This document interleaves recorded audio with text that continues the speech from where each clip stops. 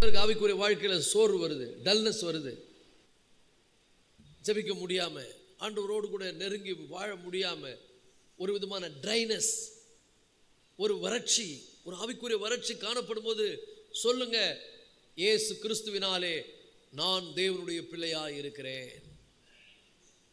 அவரின் பாவங்களை ஏற்றுக்கொண்டு என்னுடைய அக்கிரமங்களை அவர் சுமந்தார். நான் கிறிஸ்துவுக்குள் தேவனுடைய நீதியாய் மாறும்படி அவர் எனக்காய் சிலுவையில் மரித்தார். அவருடைய இரத்தத்தாலே நான் நீதிமானாக்கப்பட்டிருக்கிறேன். அவருடைய இரத்தத்தால் விலை கொடுத்து என்ன பண்ணப்பட்டிருக்கிறேன்? வாங்கப்பட்டிருக்கிறேன். நான் உலகத்தில் இருந்தாலும் உலகத்துக்குரியவன் அல்ல. கிறிஸ்து என்னுடைய பலன், கிறிஸ்து என்னுடைய ஞானம், கிறிஸ்து என்னுடைய பரிசுத்தம். 1 கொரிந்தியர் 1 அதிகாரம் 30-31 வசனத்தில் அப்போஸ்தலனாகிய பவுல் எழுதுகிறார், அவரே தேவனால் நமக்கு ஞானமும் நீதியும் பரிசுத்தமும் மீட்புமானார். இதை சொல்லுங்க, கிறிஸ்து எனக்கு ஞானமும் நீதியும் பரிசுத்தமும் மீட்புமா இருக்கிறார். அறிக்கை செய்யுங்க. இப்படி அறிக்கை செய்யும் போது உங்க ஆவிக்குரிய வாழ்க்கையில ஒரு புத்துயிர் பெறுவீர்கள், ஒரு புது பலன் அடைவீர்கள், ஒரு புத்துணர்வை நீங்கள் அடைவீர்கள். அப்போ சூழ்நிலையே பார்த்து சூழ்நிலையே பேசுவதை நிறுத்தி நம்முடைய தேவன் யார் என்பதை விசுவாசித்து அவருடைய வார்த்தை என்ன சொல்லுகிறது என்பதை அங்கீகரித்து அவர் எனக்கு என்ன வாக்கு கொடுத்திருக்கிறார் என்பதை நான் வாயினாலே அறிக்கை செய்யும் பொழுது சூழ்நிலைகள் மாறும். அந்த வார்த்தை, நாம் பேசின வார்த்தை, நாம் எதற்காக அதை பேசினோமோ அதை வாய்க்க பண்ணும். இதுதான் அறிக்கையினுடைய பொருள். அறிக்கை இதுதான் நமக்கு எப்பொழுது என்ன பண்ணும்? செய்யும். வாழ்க்கையே தலைகீழா மாற்றிடும். சொல்ல சொல்ல உங்கள் சூழ்நிலைகள் மாறும், உங்கள் பிரச்சனைகள் மாறும். இது எப்படி நடக்கணும்? இது நீங்கள் சொல்லிக்கிட்டே இருக்கணும். சூழ்நிலை பிரச்சனையை சிந்தித்து கொண்டிருக்கக்கூடாது. வசனத்தை மனசில் வச்சு வசனத்தை தியானித்து கலக்கம் வரும், வேதனை வரும், இதெல்லாம் மாயை, மாறிடும். ஆனால் அவருடைய வார்த்தை ஒருபோதும் மாறாது. அவருடைய வார்த்தையை அவர் என்ன பண்ணியிருக்கிறாரா? தம்முடைய எல்லா பிரஸ்தாபத்தை பார்க்கலும் மகிமைப்படுத்தி இருக்கிறார். அவருடைய வார்த்தை உங்களுக்குள் ஒரு பெரிய மாற்றத்தை கொண்டு வரும். அது பெரிய விளைவை ஏற்படுத்தும். அந்த வார்த்தை வெறுமனே திரும்பாது. அவர் விரும்பினதை உங்க வாழ்க்கையில் என்ன பண்ணும்? செய்யும். ஆனால் நல்லா புரிஞ்சுங்க, அந்த வார்த்தையை பயன்படுத்துவதற்கு ஒரு பலன் வேணும். அதுதான் பக்தி. அன்று கூட ஒரு பெரிய அட்டாச்மெண்ட்டு, ஆண்டவரை நம்புவது எல்லா சூழ்நிலையிலும். சொன்னால் தான் உங்கள் வாயை திறந்தே பேசுவீங்க, இல்லைன்னா சூழ்நிலையை பேசிடுவீங்க.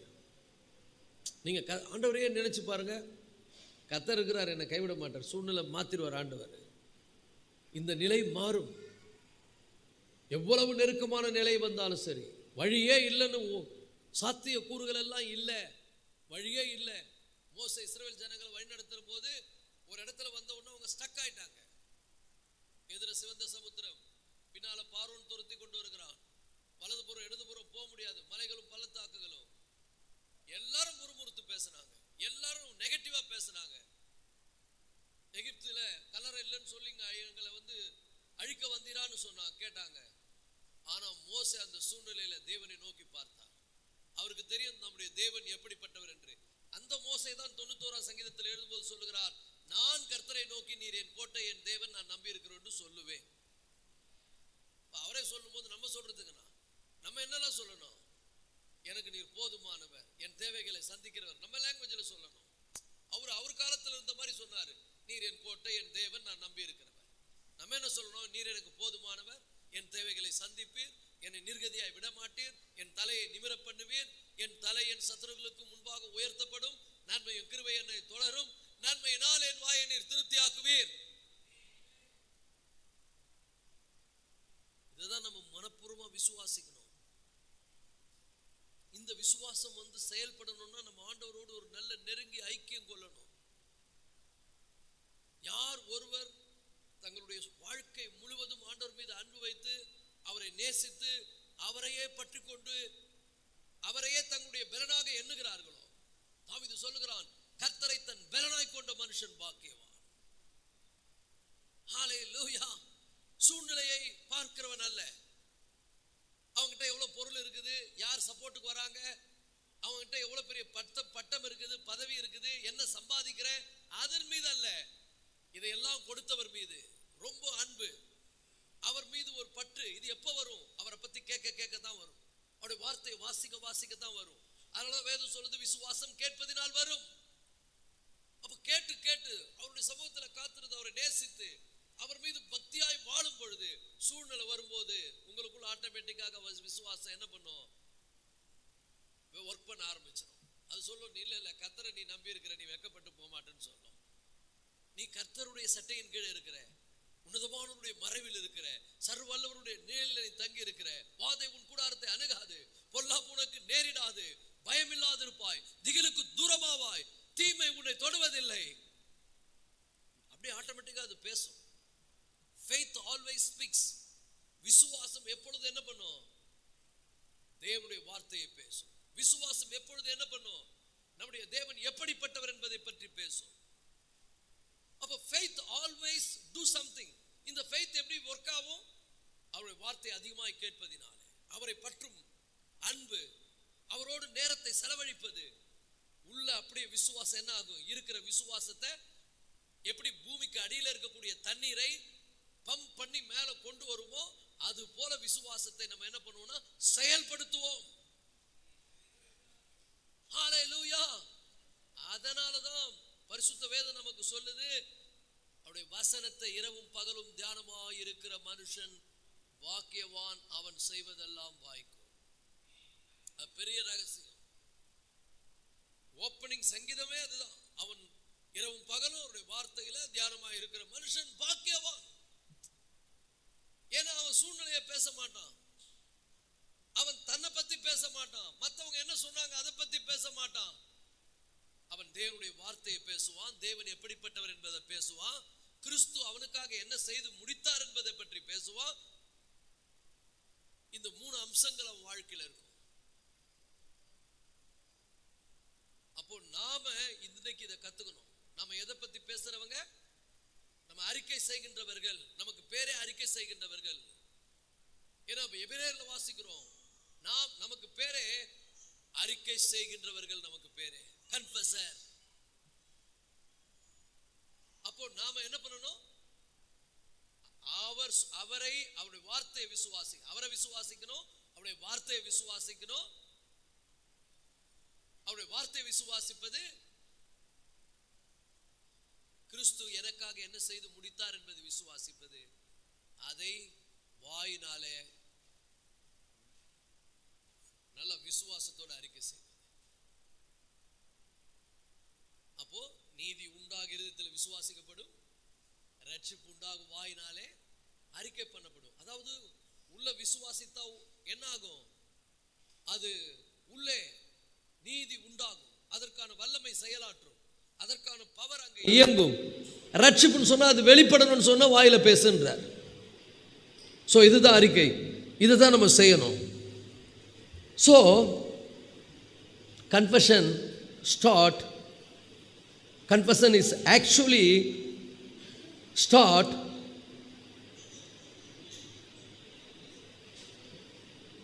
what we believe. நாம என்ன விசுவாசிக்கிறோம் என்பதையே விசுவாசம் என்ன பண்ணும்? பேசும்.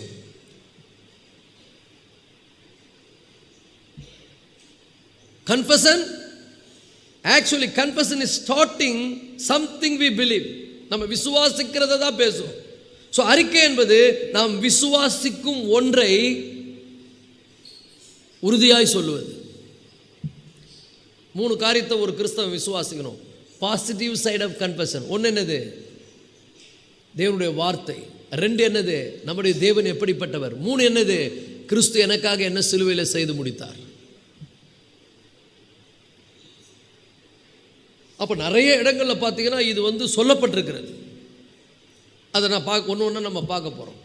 ஸோ நான் என்னுடைய தேவனுடைய வாக்குத்தத்தம் என்ன சொல்லியிருக்குது? என் தேவன் எப்படிப்பட்டவராயிருக்கிறார், கிறிஸ்து எனக்காக சிலுவையில் என்ன செய்து முடித்தார். இது உங்களை என்ன பண்ணும்? விசுவாசத்தில் வல்லவர்களாய் மாற்றோம். ஸோ முதல்ல confession, declaring something what we believe.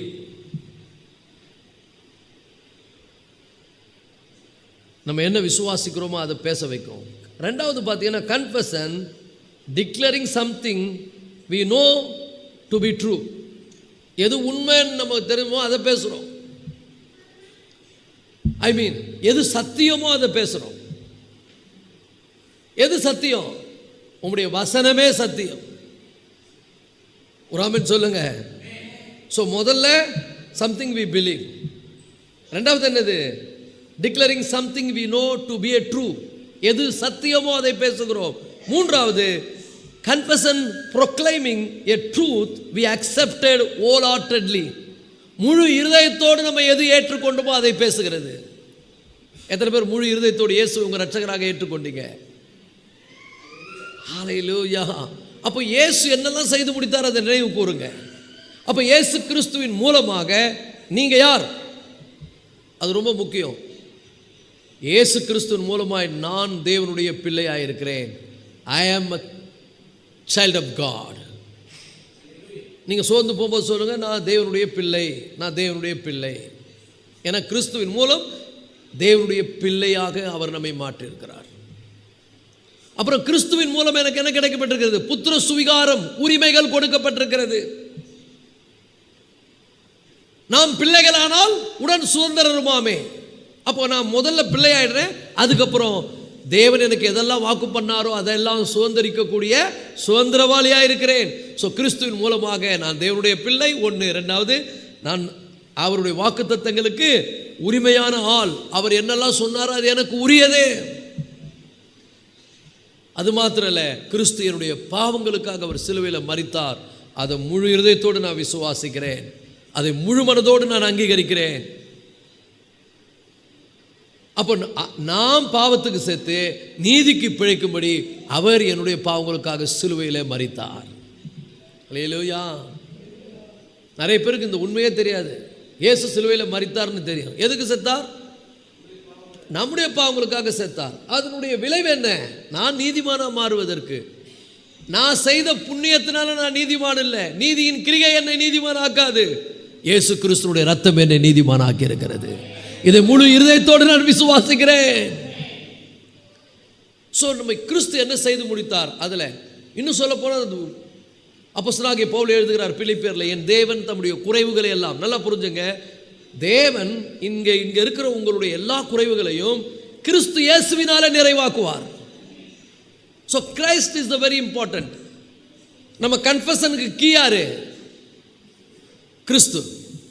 அல்லேலூயா. நம்முடைய அறிக்கை ஒரு வல்லமையாக வருவதற்கு யார் காரணம்?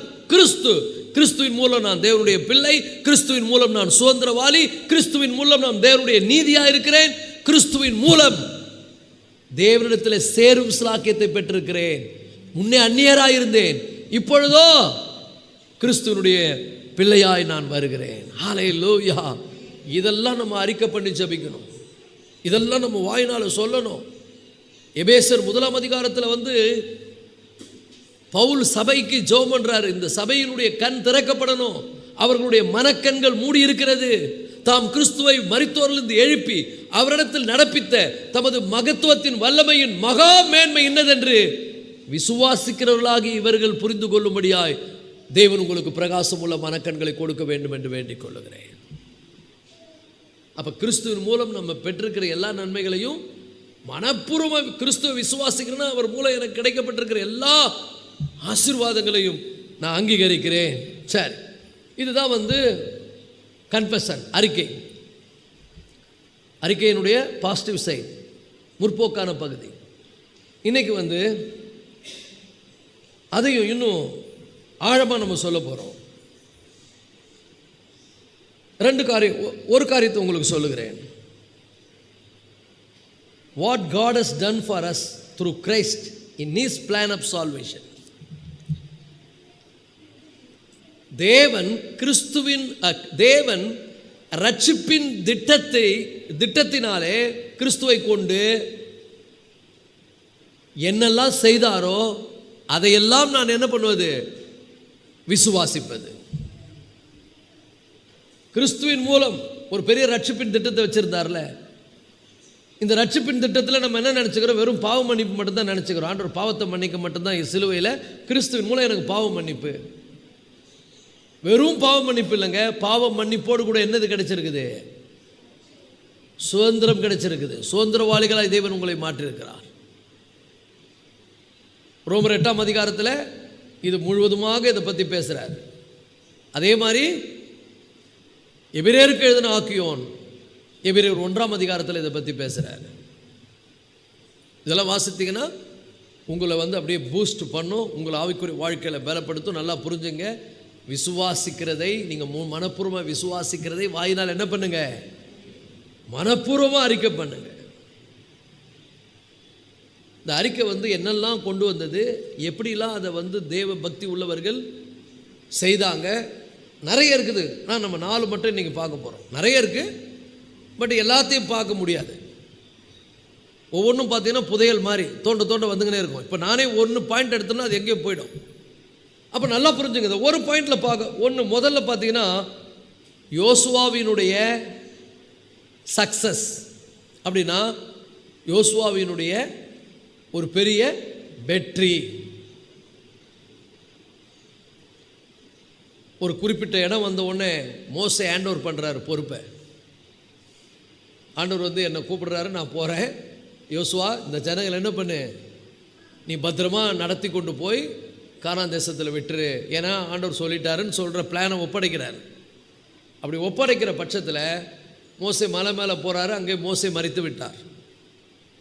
மோசையை தேவனே அடக்கம் பண்ணுறார். ஏன் தேவனே அடக்கம் பண்ணார்னா அதுக்கு ஒரு ரகசியம் இருக்குது. ஏன்னா இவர் அடக்கம் பண்ணலன்னா இதுங்க ஏற்கனவே காதில் இருக்கிற மூக்கில் இருக்கிறதெல்லாம் போட்டு ஒரு விக்கிரகம் செய்திடுச்சுல்ல. மோசை எங்கே போச்சாங்கன்னா மோசையினுடைய கல்லறை கோயிலாகிடும்னு தெரியும். அதில் மோசை வணங்க ஆரம்பிச்சிருவாங்க. அதனால் ஆண்டவர் அதுக்கு யாருக்கும் காட்டலை. அது அவரே அது அடக்கம் எங்கே பண்ணார்னே தெரியாது, அடக்கம் பண்ணி விட்டார். மோசை மரித்து போனான். அதுக்கு முன்னாடியே பொறுப்பெல்லாம் யோசுவா ஒப்பு கொடுத்துட்டு யோசுவா கிட்ட ஒப்பு கொடுத்துட்டு மோசை போயிட்டார். இப்போ மோசை போன பிறகு ரொம்ப ஃபீல் ஆகிட்டார் யோசுவா. யோசுவாவுக்கு என்ன ஏக்கம், ஐயோ மோசை இருந்தாக்கா சிவந்த சமுத்திரத்தை பிளந்தவராச்சே, வழியில் வரக்கூடிய எல்லாத்தையும் எப்படி நான் ஃபேஸ் பண்ண போகிறேன். மோசே போயிட்டாரு. மோசே இருந்தால் அற்புதம் பண்ணுவார், மோசே போயிட்டாரு. மோசே இருந்தால் எதை பண்ணுவார், அவர் போயிட்டாரு. இதே தான் ஃபீலிங். அப்போ தான் ஆண்டவர் பேசுகிறாரு, யோசுவாவே உன்னுடைய இருதயம் பயப்படக்கூடாது. எடுத்துக்கொள்வோம் மோசே யோசுவாவின் புத்தகம் 1ஆம் அதிகாரம். அந்த அந்த அந்த இதுவே ரொம்ப சூப்பராக இருக்கும் பாருங்க. 1ஆம் வசனத்திலிருந்து, கர்த்தருடைய தாசனாகிய மோசே மரித்த பின்பு கர்த்தர் மோசேயின் ஊழியக்காரனான நூனின் குமாரனான யோசுவாவை நோக்கி, என் தாசனாகிய மோசே மரித்து போனான் என்று சொல்றார். என் மரித்து போனான். இப்பொழுதும் நீ இந்த ஜனங்கள் எல்லோரும் எழுந்து இந்த யோர்தானை கடந்து இஸ்ரவேல் புத்திரருக்கு நான் கொடுக்கும் தேசத்துக்கு என்ன பண்ணுங்க, போங்கள். நான் மோசேக்கு சொன்னபடி உங்கள் காலடி மிதிக்கும் எவ்விடத்தையும் உங்களுக்கு கொடுப்பேன், அல்ல கொடுத்தேன். ஆண்டவர் எப்படி பேசுகிறார் பாருங்க. கொடுப்பேன் இல்லைங்க, கொடுத்தேன் அப்படின்னா அர்த்தம் ஆல்ரெடி அது உண்ணுது, நீ போய் எடுத்துக்கணும், அவ்வளோதான்.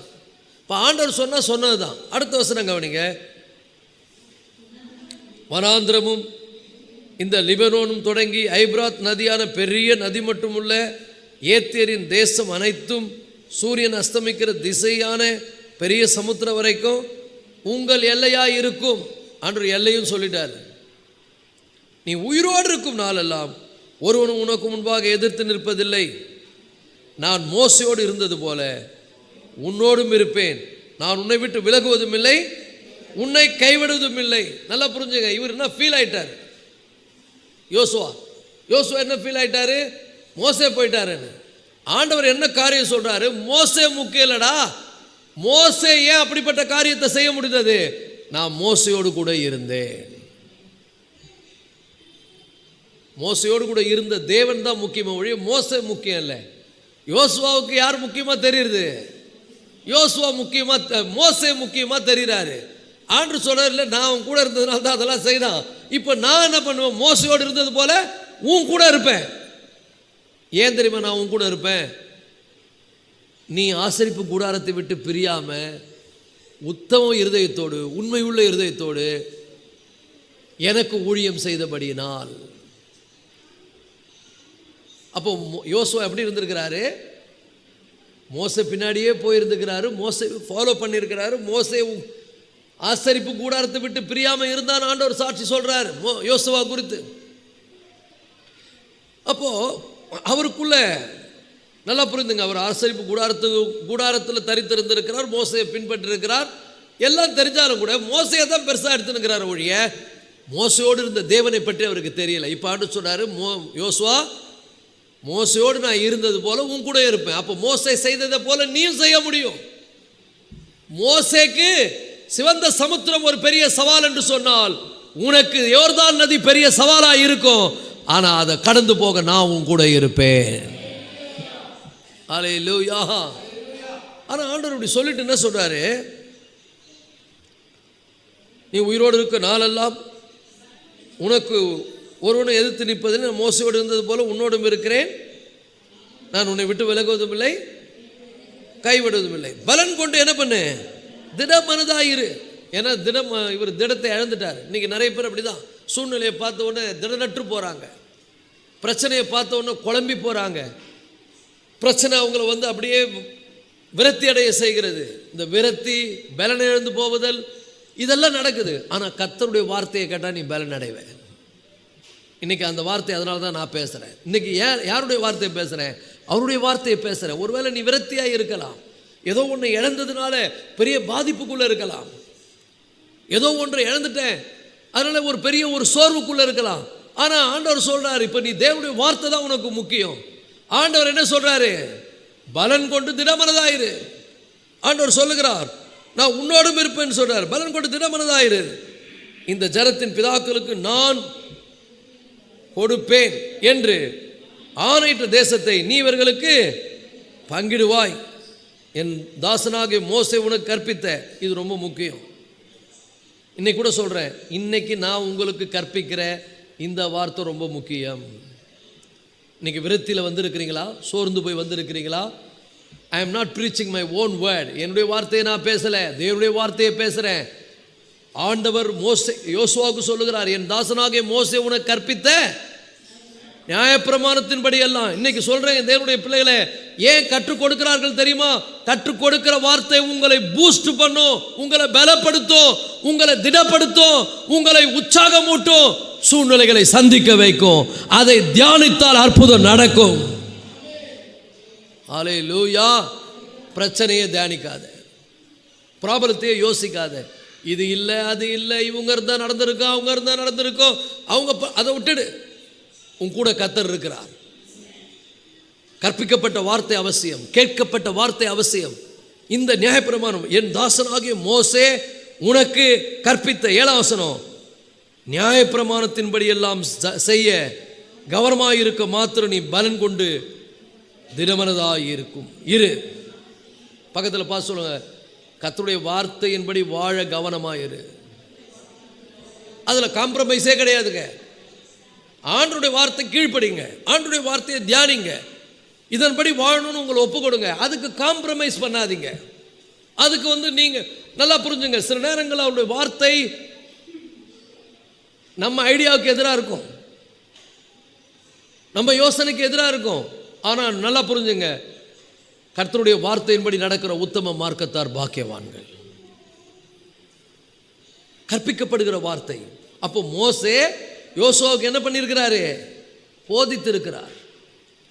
நம்ம மோசே என்ன பார்க்குறோம்? மோசே ஒரு சாதாரணமாக எல்லாரும் வழிநடத்திட்டு வந்தார்னு பார்க்குறோம். இல்லை, மோசே தேவனுடைய நீதி நியாயங்களை எடுத்து பேசி இருக்கிறார். தேவனுடைய வார்த்தை எடுத்து பேசி இருக்கிறார். இந்த வார்த்தை அவசியம், இதன்படி நடப்பது அவசியம். இன்னைக்கு யார் ஒருவர் நல்லா புரிஞ்சுங்க, வசனத்தை எதுக்கு நான் போதிக்கிறேன், நீங்க கேட்கணும். கேட்டு என்ன பண்ணணும்? இந்த 2 காதுல வாங்கி விட்டுறணும் இல்லைங்க, இருதயத்தில் வைக்கணும், அதை வாழணும், அதன்படி நடக்கணும். நடந்தா உனக்கு சக்சஸ். நீங்க ஜெபம் பண்ணுங்கன்னு உன்னை கர்த்தருடைய ஊழியக்காரர் உற்சாகம் பண்ணும்போது நீங்க போய் அந்த பிரேயரை ஸ்டார்ட் பண்ணணும். வேதத்தை வாசிக்கணும்னு சொல்லும்போது வேதத்தை வாசிக்கணும், வார்த்தையை பேசுங்கன்னு சொல்லும்போது பேசணும். சூழ்நிலை வரும்போது இதெல்லாம் கற்பிக்கப்பட்ட வார்த்தை. ஆண்டவர் சொல்றாரு, உனக்குள்ள இருக்கக்கூடிய உன்னோடு நான் இருக்கணும்னா என் தாசனாகிய மோசே உனக்கு கற்பித்த வார்த்தை ரொம்ப முக்கியமானது. இன்னைக்கு சொல்லுகிறேன் கர்த்தருடைய பிள்ளைகளே, உங்க வாழ்க்கையில நீங்க சூழ்நிலைகளை வெற்றி கொள்ள வேண்டுமானால், பிரச்சனைகளை தாண்டி வர வேண்டுமானால், போராட்டங்களை ஜெயிக்க வேண்டுமானால் சொல்லப்படுகிற வார்த்தை ரொம்ப ரொம்ப அவசியம். இங்க சும்மா கதை சொல்றதுக்காக யாரும் இங்க உட்காந்து நான் பேசலை. ஈவினிங் சர்வீஸில் 2 பேர் வந்தால் கூட நான் பிரசங்கம் பண்ணுறேன். ஏன்? இந்த வார்த்தை ரொம்ப முக்கியமானது. தேவன் அதற்காக அழைத்திருக்கிறார். அதை கேட்டால் நீ ஆசீர்வதிக்கப்படுவாய், அதற்கு கீழ்ப்படிந்தால் நீ ஆசீர்வதிக்கப்படுவாய். அந்த ஒன்று மாத்திரம் அப்படின்றார் ஆண்டவர். என் தாசனாகிய மோசே உனக்கு கற்பித்த நியாயப்பிரமாணத்தின் படியெல்லாம் செய்ய கவனமாயிருக்க மாத்திரம் மிகவும் பலன் கொண்டு, வசனத்தின்படி வாழ பலன் கொள்ளுங்கள், வார்த்தைக்கு கீழ்ப்படிய மிகவும் பலன் கொள்ளுங்கள். மற்றதெல்லாம் செய்கிறீங்களோ இல்லையோ, கர்த்தருடைய வார்த்தைக்கு கீழ்ப்படிய மிகவும் என்ன பண்ணுங்க, பலன் கொள்ளுங்கள். அப்புறம் சொல்றாரு, திடமனதாயிருக்கு, போகும் இடமெல்லாம் புத்திமானாய் நடந்து கொள்ளும்படிக்கு. ஸோ நல்லா புரிஞ்சுங்க, கர்த்தருடைய வார்த்தையை நீங்கள் தியானித்தால், கர்த்தருடைய வார்த்தையை கேட்டால், கர்த்தருடைய வார்த்தையை தியானித்தால், கர்த்தருடைய வார்த்தையை நீங்கள் அறிக்கை செய்தால் புத்திமானாக நடந்துக்கிறீங்க. இல்லைன்னா புத்தி இல்லாமல் தான் நடப்பீங்க. இன்னைக்கு நிறைய பேர் சொல்லும்போது கேட்கறதில்ல, ஊழியக்கார் சொன்னால் அதை கேட்கறதில்ல. ஏன்னா அவங்க சூழ்நிலை வேற மாதிரி இருக்குது, அவங்களுக்கு வேற மாதிரி யாரும் சொல்லித்தராங்க. யாரும் வசனத்தை சொல்லித்தரல, சூழ்நிலையை சொல்றாங்க, மனித கருத்துக்கள் இதெல்லாம் கேட்குறோம். கர்த்தருடைய வார்த்தையை கேட்கறதில்ல. ஒரே ஒரு காரியம் தான் முக்கியம், போதிக்கப்படுகிற வார்த்தையின்படி நடந்து கொள்ள மாத்திரம் பலன் கொண்டு அதை ஃபாலோ பண்ணுறதுக்கு தைரியமாயிரு, பயப்படாத. கர்த்தருடைய வார்த்தையின்படி நடந்தால் நீ கெட்டு போக மாட்டேன். கர்த்தருடைய வார்த்தையின்படி நீ செயல்பட்டா நீ புத்திமானா இருப்ப. புத்திமானான்னு அர்த்தம் யாருக்கும் தெரியாது. எப்படா இவங்களுக்கு இந்த ஞானம் வந்ததுன்னு உலகம் யோசிக்கும். எப்படி இந்த சூழ்நிலை அவங்க கடந்து வராங்க, உலகம் ஆச்சரியப்படும். ஸோ கர்த்தருடைய வார்த்தையை கேட்பதும் அதன்படி வாழ்வதற்கு கவனமாக இருப்பதும் உங்களை புத்திமானாய் மாற்றும். ஒரு ஆமென் சொல்லுங்க. அந்த வசனம் அப்படி சொல்லுது பாருங்க, நீ போற இடமெல்லாம் புத்திமானாய் நடந்து கொள்ளும்படிக்கு. வசனத்தை கை கொண்டா எல்லா காரியங்களிலும் உனக்கு புத்தி உண்டாகும். தேவனுடைய வார்த்தைக்கு எதிராய் வேற ஒண்ணுமே இல்லை. அதை விட்டு வலதுபுறம் இடதுபுறம் விலகாதிருப்பாயாக அப்படின்னுலாம் சொல்லிட்டு 8ஆம் வசனத்தில் அறிக்கையை பற்றி சொல்றார். போதிக்கப்பட்ட வார்த்தையை நீ கேட்டிருக்கிற, அதன்படி நடக்கிறது முக்கியம். அதிலும் என்னை பற்றி சொல்லப்பட்ட காரியங்களை நீ வாயில சொல்லுவது முக்கியம். அறிக்கை ரொம்ப முக்கியம் என்றார் 8ஆம் வசனத்தில். எப்படி சொல்றார் பாருங்க, இந்த நியாயப்பிரமாண புத்தகம் உன் வாயை விட்டு பிரியாதிருப்பதாக. ஒரு அலேலியா சொல்லுங்க. வாயில சொல்லுன்றார். வாய் எது கொடுத்துருக்கிறாரு? கண்ட கதையை பேசுறதுக்கு இல்லைங்க, வேற காரியங்களை பேசுவதற்கல்ல, தேவையற்ற காரியங்களை பேசுவதற்கல்ல, தேவனுடைய வார்த்தையை பேசுவதற்கு. ஸோ இந்த வாயில் தேவனுடைய வார்த்தை என்ன பண்ணணும், எப்பொழுதும் இருக்கணும். அதில் எழுதியிருக்கிறபடியெல்லாம் நீ செய்ய கவனமாயிருக்கும்படி இரவும் பகலும் அதை தியானித்து கொண்டிருப்பாயாக. அப்ப சொல்றாரு, அப்பொழுது நீ உன் வழியை வாய்க்க பண்ணுவாய். இதைத்தான் சங்கீதம் 1 வாசிக்கிறோம், அவன் செய்வதெல்லாம் வாய்க்கும். நீதிமொழிகள் 3 வாசிக்கிறோம், சுய புத்தியின் மேல் சாயாமல் முழு இதயத்தோடு கர்த்தர் மேல் நம்பிக்கையாயிரு, அவரே காரியங்களை வாய்க்க பண்ணுவார். அதில் இன்னொரு லைன் வருது, உன் வழிகள் எல்லாம் அவரை நினைத்துக்கொள். இந்த மாதிரி யாரும் சொல்லி தர்றதில்லை. நீ அவரை நினை, உன் வாயில் தேவனுடைய வார்த்தை இருக்கட்டும், இதை சொல்லி தரதில்லை, வேற மாதிரி சொல்லி கொடுத்துட்றாங்க. நல்லா புரிஞ்சுங்க கர்த்தருடைய பிள்ளைகளை. இங்கே கவனிக்கக்கூடிய மிக முக்கியமான பகுதி என்ன, உன் வாயை விட்டு இது பிரியாது இருக்கணும், இதை தியானித்து கொண்டிருக்கணும். அப்படி செய்தால் வழிகள்லாம் வாய்க்க பண்ணுவார், காரியங்கள் சக்சஸாக முடியும், வழி வாய்க்கும், காரியங்களை கர்த்தர் நடத்துவதை பார்ப்பீங்க. அப்புறம் புத்திமானாயும் நடந்து கொள்வா என்றார். ஸோ இதில் சொல்லப்படுகிற ரொம்ப முக்கியமான காரியம் என்ன, தேவனுடைய வார்த்தையை நீங்கள் வாயினால் அறிக்கை பண்ணும்போது உங்களுக்கு ஞானம் வந்துடும். அதான் சொல்கிறார். கர்த்தருடைய வார்த்தை வாயை விட்டு பிரியாமல் சூழ்நிலைகளுக்கு எதிராக தேவனுடைய வார்த்தையை பேசும்போது உங்களுக்கு என்ன கிடைக்கும்? முதல்ல கிடைக்கிறது என்னது? ஞானம். ரெண்டாவது என்ன கிடைக்கும்? ஆவிக்குரிய பலன். யோசுவா 1:8 தான் சொல்லுது, நீ தேவனுடைய வார்த்தையை வந்து பேசுனேன்னா you get wisdom, you get strength.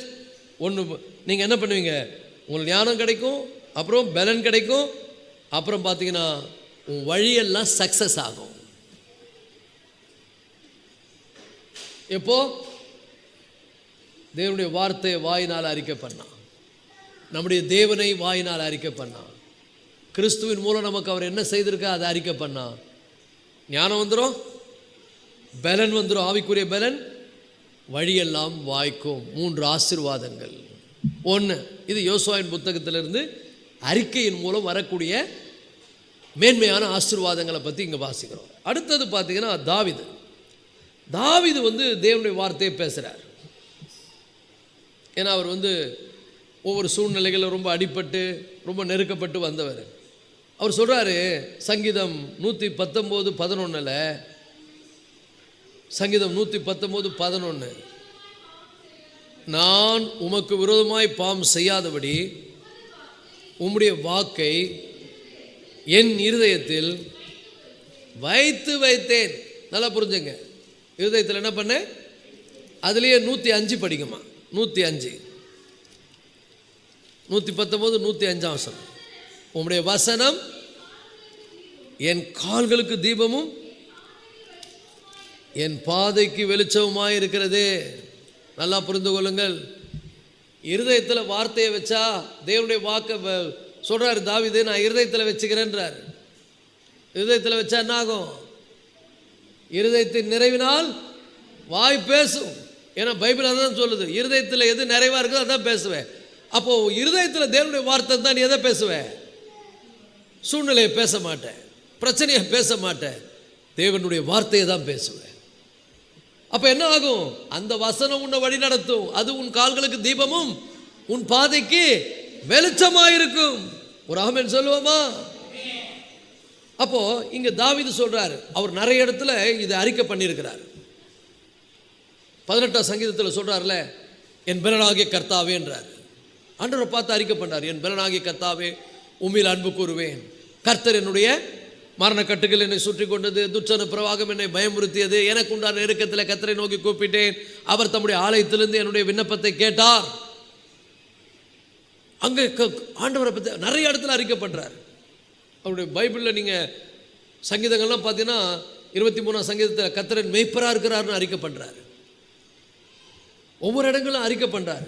So இப்படி அறிக்கை பண்ணி ருசி பார்த்ததுனால் அவர் நிறைய பலனை பெற்றுக்கொண்டார். அப்போ இந்த 3 வசனங்களில் நம்ம 119:11 வாசித்தோம், 119:5 வாசித்தோம். அவர் சொல்கிறாரு, தேவனுடைய வார்த்தையை இருதயத்தில் வைத்தால் பாவத்துக்கு நாம் தப்பித்துக் கொள்வோன்றார். வசனத்தை வாயில் அறிக்கை பண்ணுங்க, பாவத்தை நீங்கள் ஜெயிக்க முடியும். சில பேர் பாவத்தோடு போராடுறீங்கல்ல, அறிக்கையை நீங்கள் வசனத்தை அறிக்கை பண்ணிங்கன்னா அந்த பாவம் உங்களை விட்டு என்ன பண்ணும்? ஓடிவிடும். அது மாத்திரம் இல்லை, வாழ்க்கையினுடைய அடிகள் வழுவாதபடி தேவன் உங்களை நடத்துவார்.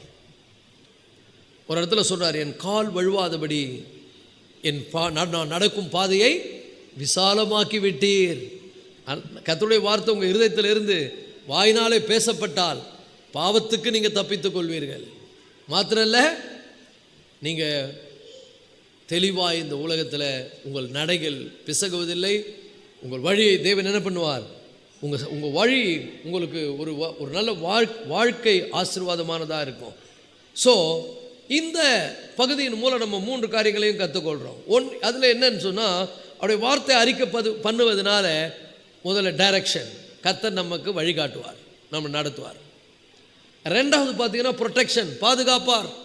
பாவம் அணுகாமல், பிசாசு தொடாமல் தேவனுடைய வார்த்தையை பேசுனீங்கன்னா நீங்கள் என்ன பண்ணப்படுவீங்க?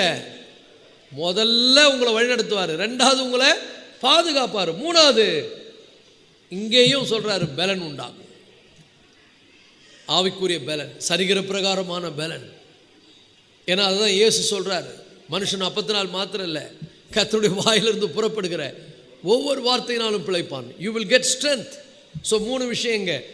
ஒன்று டைரக்ஷன், இன்னொன்று ப்ரொடெக்ஷன், மூன்றாவது என்னது?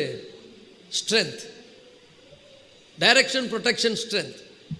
அங்கே விஸ்டம், அப்புறம் டைரக்ஷன், அதுக்கப்புறம் என்ன சொல்றாரு?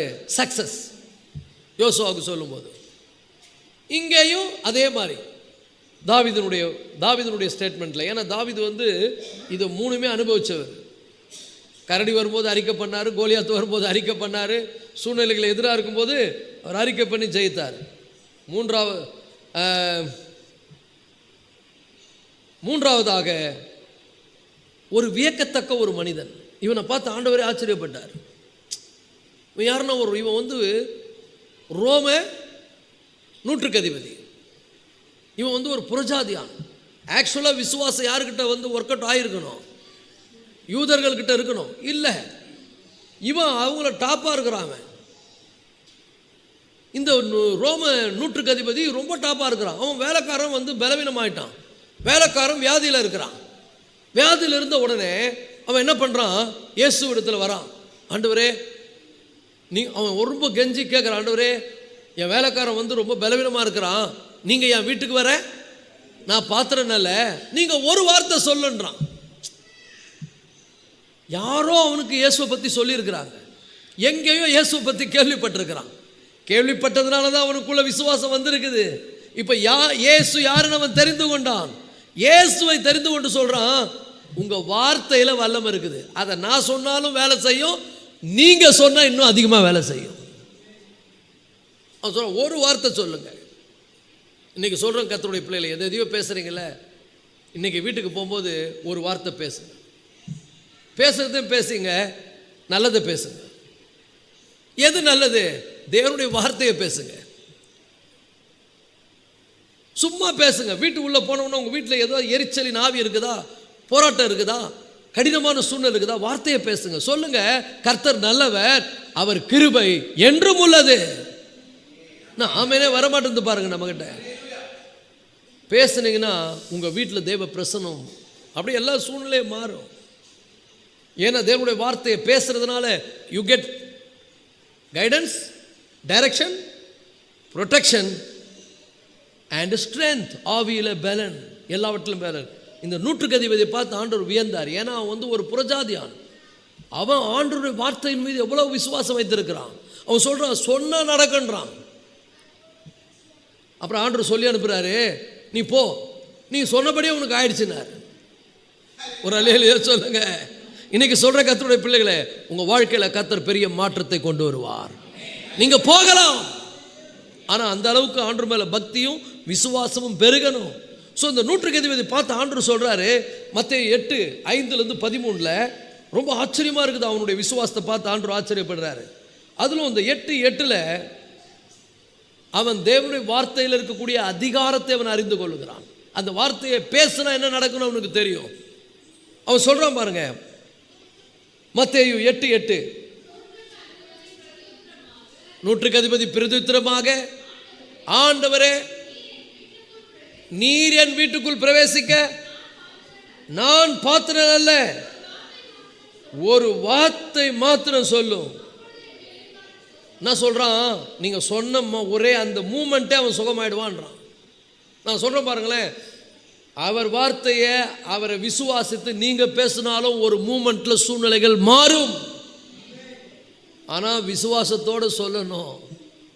இது எப்படின்னு சொன்னா, ஒரு மரத்துல மாங்காய் தொங்குது பார்க்குறோம், நீங்க பார்த்துருப்பீங்க. கள்ளத்துக்கு அடிக்கிறீங்க, அப்போல்லாம் நாங்கள்லாம் அப்படி தான் செய்வோம், அடிப்போம். ஆனால் மாங்காய் மேலே படாது. மறுபடியும் கள்ளத்துக்கு என்ன பண்ணுவோம்? அடிப்போம், படாது. ஆனால் விட மாட்டோம், கல் மாங்காவில் பட்டு விழ வரைக்கும் அடிப்போம். அது மாதிரி தான் வார்த்தையை பேசிக்கிட்டே இருங்க. உங்கள் வார்த்தை, தேவனுடைய வார்த்தை எப்படி வல்லமையான ஒன்று, டக்குன்னு ஒரு நாள் அது வேலை செய்யும். இன்னும் சொல்ல போனால் உங்கள் நீங்கள் விசுவாசத்தோடு சொல்லி அந்த சூழ்நிலையை விசுவாசத்தோடு நீங்கள் பார்ப்பீங்கன்னா கண்டிப்பாக ஒரு நொடியில் இந்த சென்சூரியன், இந்த நூற்றுக்கு அதிபதியினுடைய விசுவாசம் எப்படி இருந்தது, நீங்கள் சொன்ன உடனேன்றான். அந்த மூமெண்ட் அவன் என்ன சொல்கிறான் பாருங்க, ஒரு வார்த்தை மாத்திரம் சொல்லும், நீங்க சொன்ன அப்பொழுது, சொன்ன உடனே அந்த செகண்டே என் வேலைக்காரன் என்ன பண்ணுவான்? அந்த மூமெண்ட். 13 வசனத்தை வாசிங்க. அதுலயே ஆண்டவர் என்ன சொல்றார் பாருங்க. பின்பு இயேசு நூற்றுக்கு அதிபதியை நோக்கி, நீ போகலாம், நீ விசுவாசித்தபடியே உனக்கு ஆக கடவுது என்றார். ஹல்லேலூயா. அப்போ தேவனுடைய வார்த்தை எவ்வளவு வல்லமை உள்ளது என்பதை ஒரு புறஜாதியான் அறிந்திருக்கிறான், ஒரு ரோம போர்ச்சவகன் அறிந்திருக்கிறான். அது என்ன கொண்டு வரும்னு சொன்னா, நீங்க தேவனுடைய வார்த்தையை பேசிங்கன்னா அவுட்கம் வந்து மிராக்கிள், அற்புதம். பக்கத்தில் பார்த்து சொல்லுங்க, if you speak God's word, outcome is a miracle. நீங்க தேவனுடைய வார்த்தையை பேசினால் அதனுடைய எதிர்வினை என்ன? அற்புதம் நிகழும். இதை யார் அறிந்திருந்தது? நூற்றுக்கு அதிபதி அறிந்திருந்தான். அவன் சொல்றான், நீங்க சொன்னா அந்த செகண்ட் அந்த சூழ்நிலை மாறும். ஸோ வார்த்தையை பேசுறதுனால என்ன நன்மை? யோசுவாவில் வந்து பார்த்துன்னு வரோம். யோசுவா, ரெண்டாவது யாரு? தாவீது, மூணாவது யாரு? இந்த நூற்றுக்கு அதிபதி. இங்க என்ன நடக்கும்? தேவனுடைய வார்த்தையை பேசினா அற்புதம் நடக்கும். ஒரு ஆமென் சொல்லுங்க. ஸோ ஒவ்வொன்றையும் நம்ம தியானிக்கணும். இதெல்லாம் நீங்கள் எழுதிட்டு வரீங்கன்னு நான் நம்புகிறேன். தயவுசெய்து நோட் எடுங்க, உங்களுக்கு ரொம்ப பிரயோஜனமாக இருக்கும். நான்காவதாக, உலர்ந்த எலும்புகளை பார்த்து ஆண்டவர் பேசுன்னு சொல்கிறார். அது யாருக்கு பேச சொன்னார் தெரியல உங்களுக்கு. எசேக்கியேல் என்ன பண்ணுறார்? ஆண்டவர் எலும்புகள் நிறைந்த பள்ளத்தாக்கு கொண்டு போகிறார்.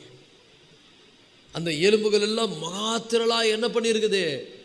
கிடக்குது. எல்லாம் ட்ரை ஆயிருக்குது. எல்லாம் ட்ரை போன்ஸ், காய்ந்து போயிருக்கிறது. அதில் கொஞ்சம் கூட ஈரமே இல்லை.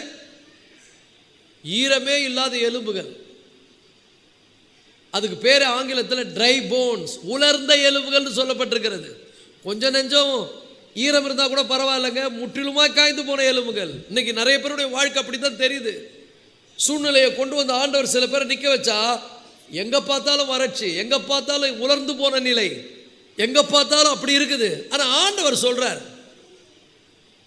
ஏய் நான் உனக்கு சொல்றேன், நான் சொல்றபடி நீ சொல்லுன்றார். இன்னைக்கு நம்ம எல்லாரையும் பார்த்து ஆண்டவர் சொல்றாரு, என்ன சொல்றாரு? நான் உனக்கு ஏற்கனவே சொல்லிட்டேன், நான் சொன்னதை நீ எடுத்து விசுவாசத்தோடு பேசுன்றாரு.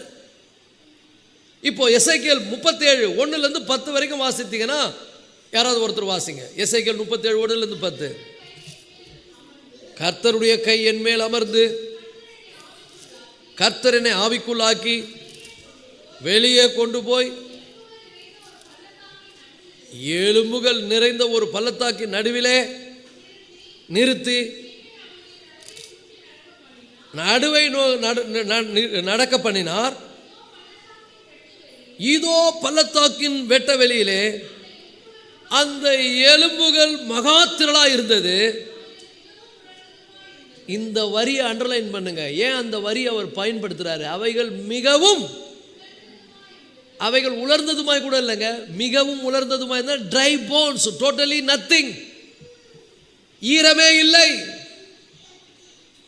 இப்போ ஆண்டவர் எசேக்கியேலை பார்த்து சொல்றாரு, 3வது வசனம், அவர் என்னை நோக்கி, மனுபுத்திரனே இந்த எலும்புகள் உயிரடையுமா என்று கேட்டார். ஆனால் பாருங்க, எசேக்கியேல் உஷாராயிட்டார். நம்மளா தான் முந்திரி கொட்ட மாதிரி சொல்லியிருப்போம், ஆமா ஆண்டவர் உயிரடைய, நீங்கள் நினச்சா உயிரடைய இல்லை, எப்படியாவது ஏதோ ஒன்று சொல்லியிருப்போம், அடையாது ஏதோ ஒன்று சொல்லியிருப்போம். ஆனால் இவர் சொல்ல, இவர் என்ன சொல்றாரு? ஆண்டவரே, கர்த்தராகிய ஆண்டவரே, தேவரீர் அதை அறிவீர் என்றேன். ஏன்னா அவர் என்ன பண்ணுவார்? அது மாவாப்பா கூட சொல்லுவார், அதை ஒன்றும் இல்லாமல் கூட பண்ணுவார், அதை அப்படியே கம்போஸாக ஆக்கிடுவார், உரமாக கூட ஆக்கிடுவார், உயிராக கூட ஆக்கிடுவார். அவர் நினச்சா என்ன ஒன்றா பண்ணுவார், அது உங்களுக்கே தெரியும்னு சொல்கிறார். இப்போ ஆண்டவர் என்ன சொல்கிறார் எசேக்கியேலை பார்த்து? அப்பொழுது அவர், நீ இந்த எலும்புகளை குறித்து தீர்க்க தரிசனம் உரைத்து அவைகளை பார்த்து சொல்ல வேண்டியது என்னவென்றால், இன்னைக்கு ஆண்டவர் நம்மளை அதான் சொல்கிறார். உன் சூழ்நிலை உலர்ந்து போயிருக்குதா? வறட்சியாக இருக்குதா? எல்லாமே எதிராக இருக்குதா? ஆண்டவர் கேட்குறார், இந்த சூழ்நிலையை மாறுமா? ஆண்டவரே உங்களுக்கே தெரியும், நான் சொல்கிறேன், இந்த சூழ்நிலையை பார்த்து நீ பேசு. அதுதான் ஆண்டவர் சொல்கிறார். ஏன்னா புதிய ஏற்பாட்டில் அதை தான் சொல்கிறார், எவனாகிலும் இந்த மலையை பார்த்து நீ பெயர்ந்து சமுத்திரத்திலே தள்ளுண்டு போய் என்று சொல்லுன்றார். நம்மளை ஒன்றும் மலையில் போய் மலையில்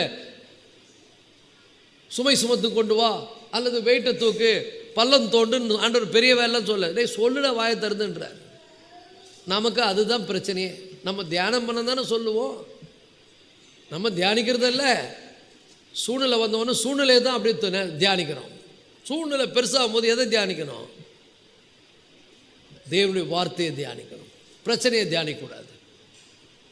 அப்போ ஆண்டவர் சொல்கிறாரு, இது உயிரடையுமா உங்களுக்கே தெரியும். அப்போ ஆண்டவர் சொல்ற, நான் சொல்கிறத சொல்லு. இன்றைக்கி ஆண்டவர் நமக்கு அதை தான் சொல்கிறார், நான் சொல்லியிருக்கிறேன், அதை நீ பேசு. உன் சூழ்நிலைக்கு எதிராக என் வார்த்தையை பேசு, உன் வாழ்க்கைக்கு எதிராக என் வார்த்தையை பேசு, நீ சந்திக்கிற போராட்டத்துக்கு எதிராக என் வார்த்தையை பேசு. அல்லேலூயா. எத்தனை பேர் பேச போறீங்க? இன்னைக்கு அதான் நமக்கு பாடமே. விசுவாசத்தை எப்படி கட்டவிழ்ப்பது? வாயை திறப்பதின் மூலமாக. பேசுங்க, பக்கத்தில் பார்த்து சொல்லுங்க, விசுவாசத்தை கட்டவிழ்.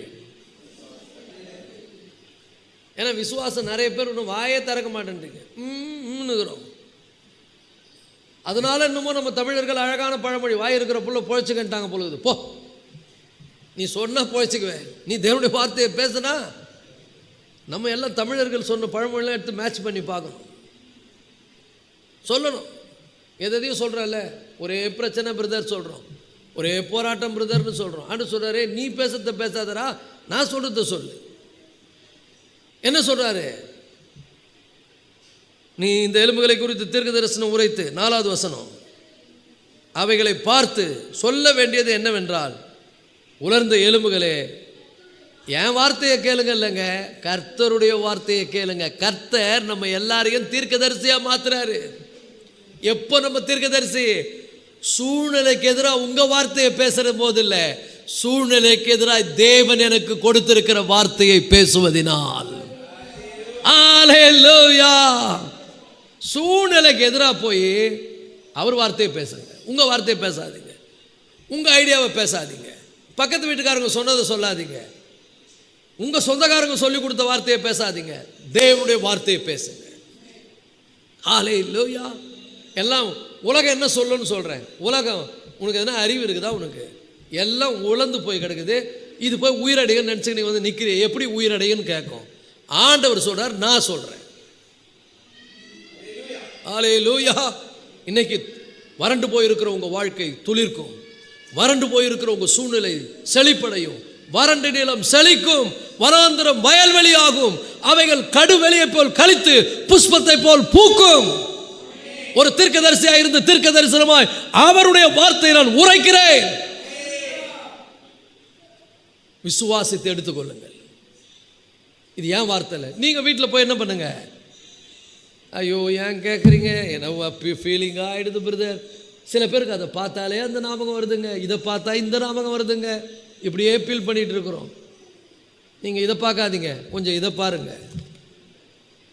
பக்கத்தில் பார்த்து சொல்லுங்க, அதையும் இதையும் பார்க்காதீங்க, ஜோசியம் பார்க்காதீங்க, சாஸ்திரம் பார்க்காதீங்க, இது குறுக்க வந்தால் அது குறுக்க வந்தால் பார்க்காதீங்க, இதை பாருங்க. ஹல்லேலூயா. இதை பேசுங்க. ஸோ கர்த்தருடைய வார்த்தையை பேசுங்கள். இந்த எலும்புகளை பார்த்து கர்த்தருடைய வார்த்தையை கேள். உலர்ந்த எலும்புகளே கர்த்தருடைய வார்த்தையை என்ன பண்ணுங்க, கேளுங்கள். 5வது வசனம், கர்த்தராகிய ஆண்டவர் இந்த எலும்புகளை நோக்கி, இதோ நான் உங்களுக்குள் ஆவியை பிரவேசிக்க பண்ணுவேன், அப்பொழுது உயிரடைவீர்கள். ஹல்லேலூயா. எப்பவுமே ஆண்டவர் என்ன பண்ணுவார் தெரியுமா? பிழைக்க பண்ணுவார். அவர் வந்து லைஃப் கிவர். நம்ம ஆண்டவர் வந்து லைஃப் எடுக்கிறவர் இல்லை, லைஃப்பை கொடுக்கிறவர், ஜீவனை கொடுக்கிறவர். உங்கள் வாழ்க்கையில் ஜீவனை அவர் கொடுப்பார். அதான் இங்கே சொல்கிறார், நீ நினைக்கிற மாதிரி நடக்கிறது இல்லை, நான் நினைக்கிறபடி தான் நடக்கும். உன் சிந்தை என் சிந்தை அல்ல, உன் நினைவுகள் என் நினைவுகள் அல்ல. பூமியை பார்க்கல வானங்கள் எப்படி உயர்ந்து இருக்கிறதோ அப்படி உங்கள் நினைவுகளை பார்க்கல நினைவுகளும், உங்கள் எண்ணங்களை பார்க்கல எண்ணங்களும் உயர்ந்து இருக்கிறது. எப்பொழுதும் ஆண்டவர் நம்மை பற்றி உயர்ந்த சிந்தை உடையவராகவே இருக்கிறார். அல்லேலூயா. ஸோ நல்லா புரிஞ்சுங்க. இப்போ இங்கிருந்து நம்ம என்ன கற்றுக்கிறோம், அது ரொம்ப முக்கியம். ஒவ்வொன்றிலையும் பேசும்போது என்ன நடக்குது என்பதை பற்றி பேசுகிறோம். இங்கே என்னன்னு சொன்னால் ஒரு பெரிய டிரான்ஸ்ஃபர்மேஷன் உண்டாகும். அதாவது அப்படியே தலைகீழ அல மாறிடும். கர்த்தருடைய வார்த்தை பேசுனா சொல்லு, முதல்ல உனக்கு ஞானம் வரும். ரெண்டாவது கர்த்தர் உன்னை வழி நடத்துவார். மூணாவது உனக்கு ஆவியில் பலன் வரும். யோசுவாகிட்ட ஏசோட சொல்லும்போது யூ ஹேவ் a சக்சஸ். தாவீதுக்கு உன்னை நான் டைரக்ட் பண்ணுவேன், உன்னை நான் ஸ்ட்ரென்தன் பண்ணுவேன், உனக்கு நான் உன்னை டைரக்ட் பண்ணுவேன், உனக்கு பாதுகாப்பேன், உன்னை பலப்படுத்துவேன். ஒரு ஆமென் சொல்லுவோமா? அந்த 100க்கு அதிபதிக்கு என்ன சொல்றாரு? நீ தேவனுடைய வார்த்தை அறிக்கை பண்ணா உனக்கு மிரக்கல் நடக்கும், அற்புதம் நடக்கும். எசேக்கியேல் மூலம் ஆண்டவர் நமக்கு என்ன சொல்றாரு? தேவனுடைய வார்த்தையை நீ பேசினா அப்படி அப்சைட் டவுன் எல்லாமே தலைக்கீழ மாறிடும். ஐ மீன் டிரான்ஸ்ஃபர்மேஷன் உண்டாகும். ஒரு பெரிய மாற்றம் என்ன பண்ணும்? அங்க தேவனுடைய வார்த்தை ஒரு வல்லமையான ஒரு டிரான்ஸ்ஃபர்மேஷனை கொண்டு வரும். ஹல்லேலூயா. அப்படின்னா என்ன அர்த்தம்னா, hopeless situation become prosper. அப்படின்னா என்ன அர்த்தம்னா, ஒண்ணுமே நடக்காது என்று இருக்கிற இடத்துல பெரிய காரியங்களை கர்த்தர் செய்வார். எல்லாரும் எழுந்திருப்போமா? இந்த வேலையில் ஆண்டவரை நோக்கி பார்ப்போம். இன்னைக்கு நம்ம கற்றுக்கொண்ட ஒவ்வொரு காரியங்களும் முக்கியமானது. ஆண்டவர் சொல்றார், என் தாசனாகிய மோசே உனக்கு கற்பித்ததுபடியெல்லாம் நீ செய்ய. இன்னைக்கு கற்பிக்கப்பட்ட வார்த்தை ரொம்ப முக்கியங்க. Speak God's word in any situation. உங்கள் விசுவாசத்தை கட்டவிழுங்கள், உங்கள் விசுவாசத்தை பயன்படுத்துங்கள். உங்களை கர்த்தர் உங்களுக்கு ஞானத்தை கொடுப்பார், உங்களை வழிநடத்துவார், உங்களை பலப்படுத்துவார். உங்களுக்கு அற்புதம் நடக்கும், உங்கள் சூழ்நிலைகள் மாறும், அற்புதங்களை தேவன் அதிசயமாய் நடத்துவார். கேட்ட வார்த்தைக்காய் கரங்களை உயர்த்த ஆண்டவருக்கு நன்றி சொல்வோம். நல்லவரே உமக்கு ஸ்தோத்திரம், வல்லவரே உமக்கு ஸ்தோத்திரம், வாக்கு மாறாதவரே உமக்கு ஸ்தோத்திரம். உம்முடைய வசனம் எங்கள் கால்களுக்கு தீபமும் எங்கள் பாதைக்கு வெளிச்சமாக இருக்கட்டும் கர்த்தாவே. இந்த மாலை வேளை நாங்கள் கேட்ட சத்தியங்கள் எங்கள் வாழ்க்கையை கட்டி எழுப்பட்டும் கர்த்தாவே.